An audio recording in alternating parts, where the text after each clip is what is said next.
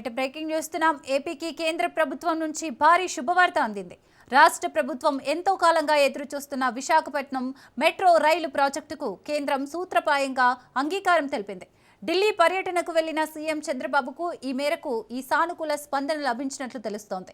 ఢిల్లీలో సీఎం చంద్రబాబు పలువురు కేంద్ర మంత్రులతో సమావేశమయ్యారు.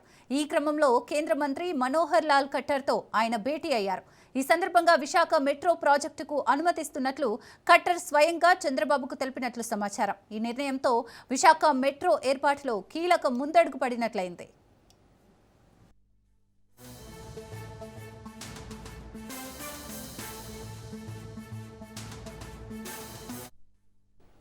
విశాఖపట్నం, విజయవాడ నగరాల్లో రోజురోజుకు పెరుగుతున్న ట్రాఫిక్ రద్దీ, భవిష్యత్తు అవసరాలను దృష్టిలో ఉంచుకొని మెట్రో రైలు ప్రాజెక్టులను చేపట్టాలని రాష్ట్ర ప్రభుత్వం నిర్ణయించింది.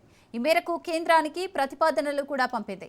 తాజాగా చంద్రబాబు పర్యటన నేపథ్యంలో విశాఖ ప్రాజెక్టుకు ఆమోదం లభించడంతో త్వరలోనే పనులు ముందుకు సాగే అవకాశాలు కనిపిస్తున్నాయి.